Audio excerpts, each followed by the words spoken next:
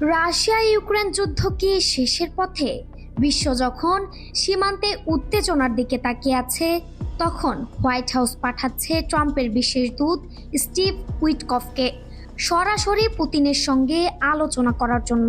Trump বলেছেন মাত্র কয়েকটি বিষয় বাকি, যা সমাধান হলেই যুদ্ধ থামতে পারে। কিয়েভে ক্ষেপণাস্ত্র হামলা চলছেই, তাই ইউরোপীয় নেতারা এই আলোচনার প্রতি সন্দেহী।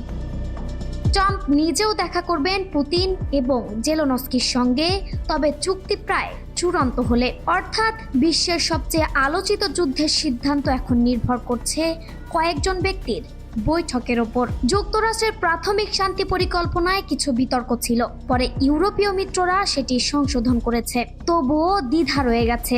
জেনেভা থেকে আবুধাবি পর্যন্ত গোপন আলোচনায় ব্যস্ত রাষ্ট্রগুলো।